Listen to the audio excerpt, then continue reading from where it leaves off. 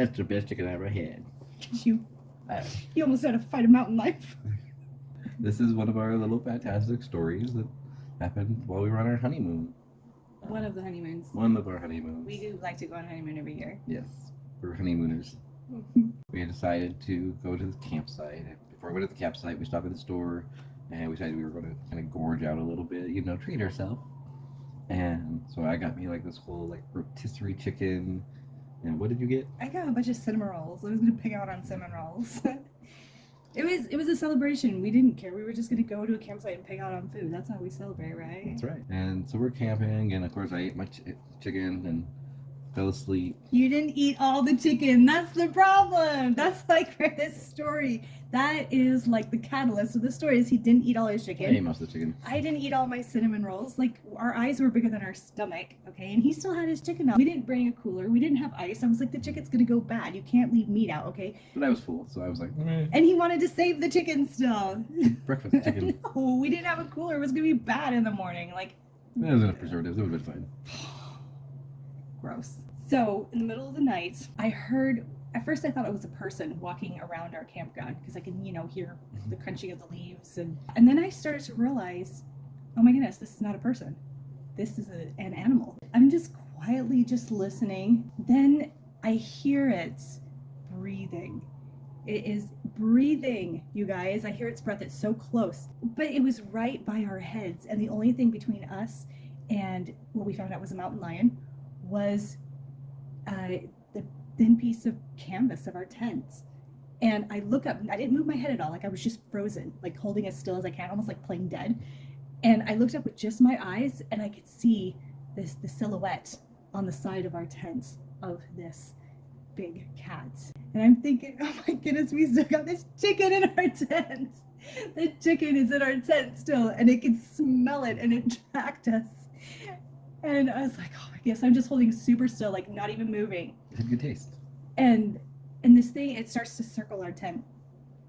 And when it went around the far side of the tent, I decided I'm gonna try to wake Leaf up, but I gotta do it super gently. I can't just like holler and scream and say, "Wake up, baby! You gotta get up!"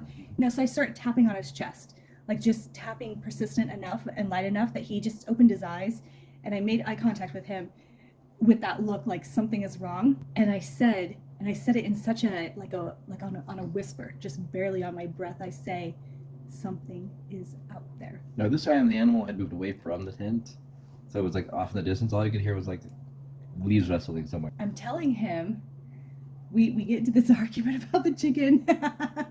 Trying to make me get rid of the chicken. I said, take it and throw it outside the tent. Take the chicken and throw it out. Because I would rather have the chicken thrown outside the tent and have it being eaten outside of our tent than having it come inside of our tent. But no, guess what he does? Instead of getting rid of the chicken, that's happy. I can't get to this part. What did you grab instead of the chicken to defend your chicken with? I grabbed a hatchet. Because when we realized there was an actual large animal out there, I was like, oh. I'm crying now. Yeah, so I grabbed I had I'm one sorry, I'm holding the weapon. camera and I'm shaking. I was like, grab He the grabs hatchet. the hatchet to defend. That's defending you, not the chicken. Just take the chicken and throw it out. That's all you had to do. Oh my goodness, I'm crying because this is hilarious. Breakfast chicken. It's worth fighting No, for. it was like, It's worth fighting for. Save your breakfast chicken. just get rid of the chicken. This video is going to be 10 minutes of her doing this. Because once I start, it gets stopped. Sorry, God. So we're just sitting there holding very still, listening to this thing walk around the camp. We hear it takes off and it catches a deer. It was horrible. It was so horrible. This part is scary. Okay. Yeah, probably like 50 feet from our tent. We heard it take it down. Yeah, and it screamed, you guys. And we hear this lion. It's just, you can hear it just like, you can hear it chomping down and making awful noises. And like you can hear the bones crunching, you guys. Like it was chomping down. You can hear the bones snapping in its mouth. And the deer was still screaming. Oh my goodness, it was so horrible. And we're just listening. Better than my chicken. It, Hey, circle life, folks. That's what he said to me. That's what he said to me inside the tent because I was so horrified. I was horrified by what I was hearing.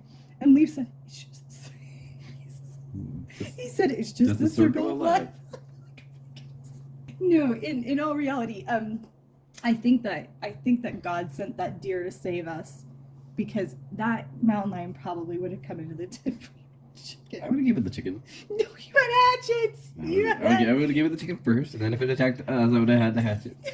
Everybody knows you would not have given her the chicken. That's true. I would have protected that chicken with my life. It was just like a $6 chicken from Safeway. It was my $6 chicken from Safeway.